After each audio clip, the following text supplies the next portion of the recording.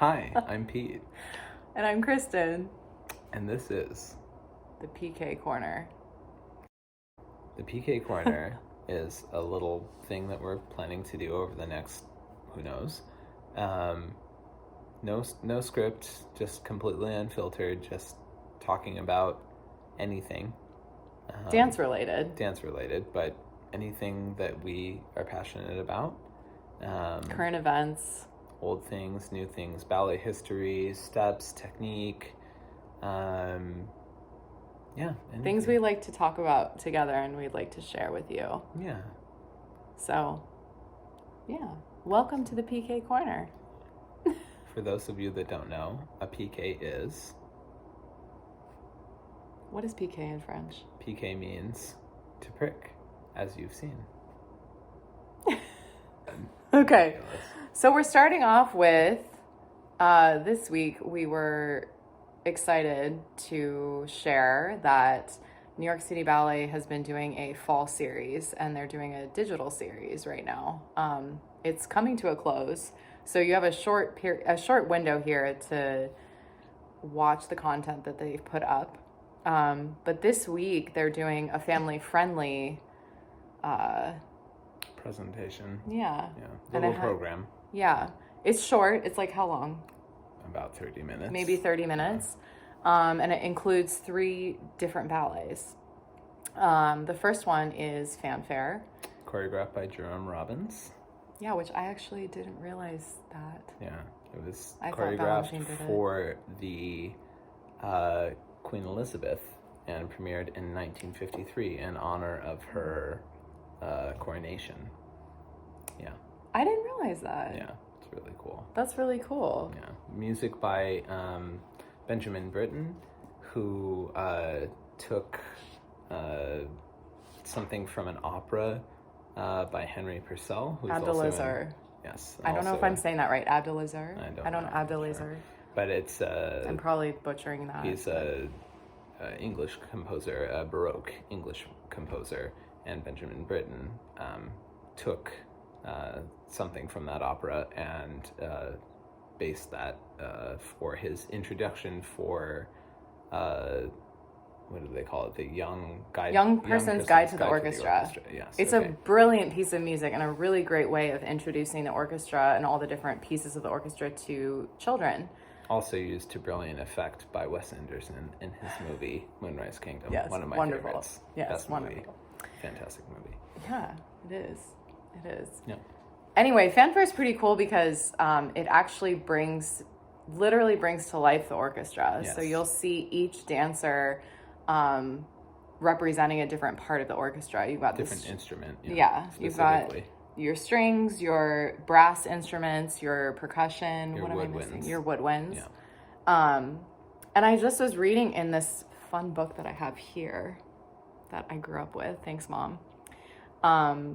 About the different ballets, and under Fanfare, I realized I was reading that the original cast included Yvonne Mounsey, who was Marcy's teacher. Yeah, which I think is pretty cool. She was a dancer with George Balanchine. Amazing. In New York City Ballet at the time. Anyway, so that's that first ballet, Fanfare. It's just the beginning portion. It's a quick little bit. It's really cool. About 4 minutes, yeah. Yeah, it's a lot of fun. No longer than There's that. a narrator, too, which is really cool because usually we're used to ballets not having any words, but there's actually a narrator kind of explaining each instrument and each series of instruments, so it's cool. Yeah. So that's that one. Yep. Second ballet, I actually don't know much about, so I'm going to pass the mic over to you. The Steadfast. Tin Soldier. Mm-hmm. So based off of a fairy tale by Hans Christian Andersen. Great. By who? Hans Christian Andersen. Danish, I believe. Author. Famous for many children's stories. And George Balanchine adapted this in the 1970s for 2 dancers in his company. At the time, he had a Danish dancer by the name of Peter Schaufus in his employ for about 3 years.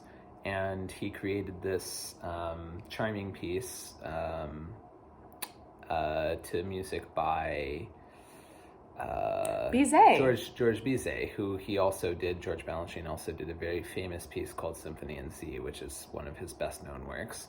The Steadfast Tin Soldier was commissioned by the Saratoga Performing Arts Center in upstate New York, where New York City Ballet has a summer residence. They go there and perform for a few weeks each summer, and this ballet it's very charming. It's kind of a sad story, though, isn't it? It's quite a sad story. That Balanchine altered a bit, altered the narrative, made it a little bit condensed, because the actual story is quite involved and quite long. It's very challenging to bring that type of detail to life on the stage. But it has a little set.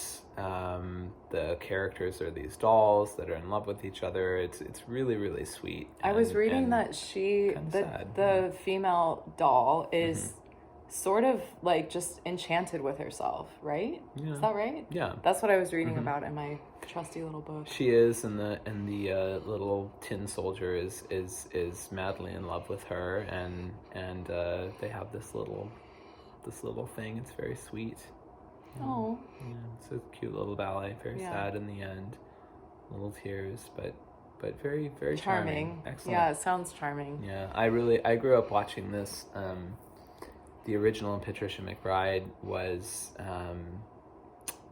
in a made for, not TV, but sort of for film version with Mikhail Baryshnikov as the Tin Soldier. So Mikhail Baryshnikov being probably the most famous male dancer ever.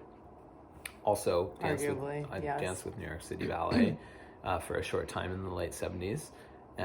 But he, I always found this piece very sweet, very whimsical. Did you like it kind. when you were young? Did you, as a young boy, you really liked I did. I always dreamed of doing this role, even though it's choreographically, it's not, it's you have to be a doll, so it's a little stiff. It's very awkward, but it would have suited me because I'm not very flexible, and so it's fine. I probably would have been decent enough at this ballet. Anyway, would I have been the doll? I don't know. You're a little tall for me. Oh no.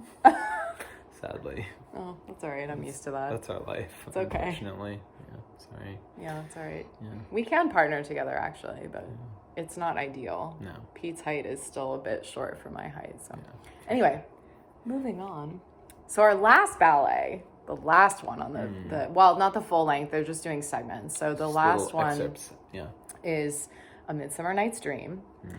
Which those of you that are students of Los Gatos Ballet know that we are planning to do, or we have been planning to do, A Midsummer Night's Dream. We were supposed to do it last year, and of course COVID happened, and things have been postponed. So we've had to wait a little bit. So so this has been, doing a little bit of research into, actually a lot of research, let's be real, a lot of research. Ton of research. Into A Midsummer Night's Dream. Obviously it's an absolutely wonderful plot line.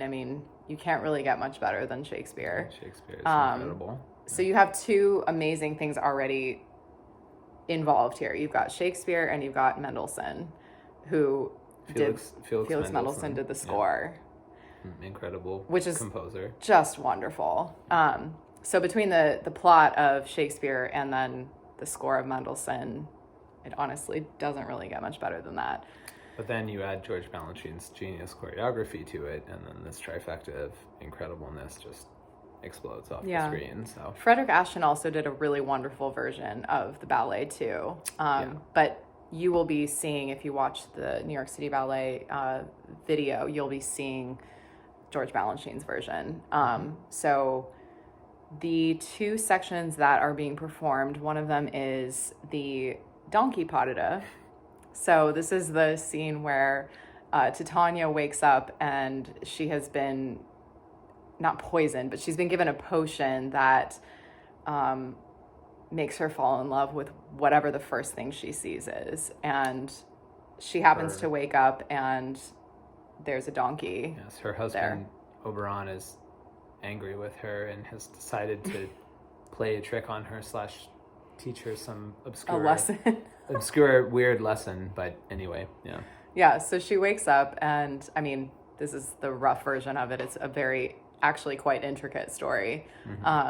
She wakes up and there's a donkey there, and his name is, the character's name is Nick Bottom, but I think in the ballet they just refer to him as Bottom. And he's a donkey, and she falls in love with him. And has so this beautiful pas de deux to this it's pretty incredible, fantastically romantic, so wonderful beautiful music by Mendelssohn. Yes. But it's very funny. Yeah. It's a comedy. And I have to say, like, doing comedy for ballet is very difficult. Very so challenging. it's hard to choreograph like comedy. Yeah, Balanchine He does did a great job. a wonderful job as with everything. Yeah. So that's the first part. It's great. It's fantastic. And then the second part is the scherzo, which is probably one of the more famous pieces of music by Mendelssohn. Yes, if It's beautiful. any families that have been here for a decent amount of time with Los Gatos Ballet will recognize this piece of music having been lifted and placed in Alice in Wonderland Yes. in 2016. It has a very like majestic kind of playful vibe. It's a scherzo, lots of jumping, lots of flittering around the stage. And so the thing I love about the way George Balanchine does this ballet is that he has children actually performing in the ballet. So Lots of children from the affiliated school of New York City Ballet called the School of American Ballet, also based in New York, Yep. on the Upper West Side. Yep. So Alumni right here. yeah, just a couple years. Still So- counts. Still counts. Yeah. So you'll see a ton of kids on stage. It's so whimsical and just really sweet. So And the principal dancer dancing the role of Oberon, Tanya's husband, Anthony Huxley, grew up in Walnut Creek here. beautiful, beautiful dancer. Yeah, incredible dancer, just stunning. So clear. His allegro is, Yeah, which his- is jumping. His jumps. his beats, his turns, his movement is just incredibly precise, extremely musical, just absolutely gorgeous. Yeah, one of the better renditions of this that I've seen done. Admittedly, I haven't seen a ton of it, but we've looked up as many versions of this as possible, and his is a really, really stunning version. Choreography is very quick. I mean, it matches the music being very quick. Yeah. And he just really carries it beautifully. Yeah. And then gorgeous. who's the lead butterfly in it, do you know? I think her name is Claire Von Eck. Yes. So The butterflies, there are some butterflies like from the company that enter into the scene as well, and they're also really beautiful. yes, So wonderful. it's just a very whimsical, like, I know I said that already, but it's so whimsical and lovely. I love it so much. Great scene. Great rendition of it. So so those are the three pieces that you'll see, and we highly recommend it. It's only available for a short time still. Yeah. It will be ending. They're only posting it for about 7 days, and it premiered last Saturday, so it's only available through this coming Saturday, the 31st, Halloween, at 11 a.m. is when it's going to be taken down. PST. Off of YouTube, yes. So Yeah. 2 p.m. Eastern, but 11 a.m. Pacific Standard.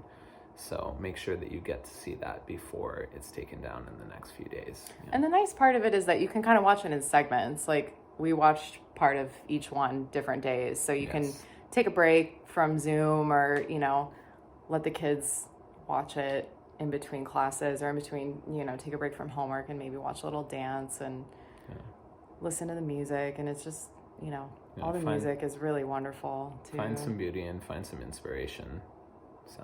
So how do we do that, Pete?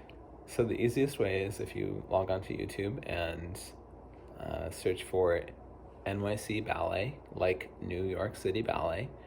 If you go to their page on YouTube, it will be Facebook. under Facebook as well. But if you go to YouTube, it will be under Digital Fall Season, Family Friendly Short Stories. And yes, it's also available on Facebook as well, if that's your preferred method of watching. Sorry to interrupt. It's okay. It's only up till Saturday at 11 a.m. Saturday Pacific morning. Standard Time. Yep. So Get check there it out before then. Yep. Thanks for taking the time. Have a great rest of your week. Enjoy.